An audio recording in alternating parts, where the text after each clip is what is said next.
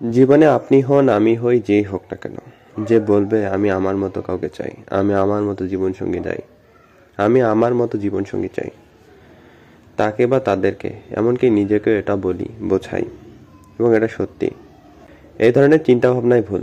আপনি আপনার মতো কাউকে পাবেন না, পাওয়া সম্ভব না। কারণ আপনার বেড়ে ওঠার পরিবেশ, চিন্তা চেতনা, শিক্ষা, নীতি নৈতিকতা, মূল্যবোধ অপরের সাথে মিলবে না। কারণ তার বেড়ে ওঠার পরিবেশ, নীতি নৈতিকতা, মূল্যবোধ এক না। আর এক না বলে নিজের মতো, নিজের মন মতো মানুষ খোঁজা বন্ধ করেন।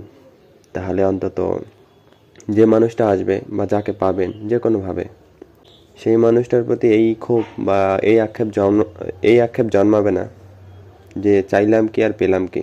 আসলে যে যেমন, তাকে তেমন করে ভালোবাসুন। প্রয়োজনে সংশোধন হন, সংশোধন করুন। আমার না করে আমাদের ভাবুন।